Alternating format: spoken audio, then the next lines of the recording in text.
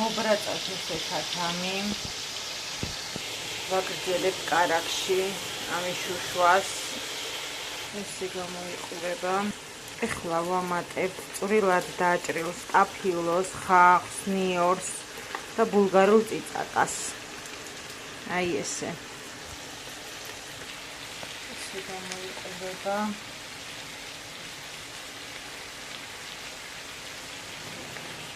ეხლა ვაყრით ზემოდან პომიდორს.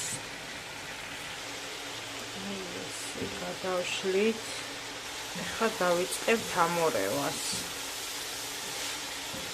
ესენი კარგად უნდა მოუშუშოთ ერთმანეთში.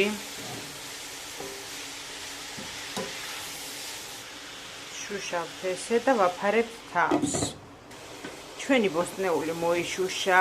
მე გავაკეთე ცხარე, იმიტომ რომ დავუმატე წითელი დაბქური წიწაკა და შავი პილპილი. და ეხლა ვამატებთ სპაგეტს. აქ გვაქვს მოხარშული გამზადებული სპაგეტი. ესე ვამატებთ. და უნდა გავანაწილოთ კარგად. ესე. ეხლა ამ ყველაფერს ერთად გადავზილავთ ერთმანეთში. ესე და შედეგს გაჩვენებთ ჩემო მეგობრებო. და ესეც ჩვენი საბოლოო შედეგი, მეგობრებო, შემიფასეთ.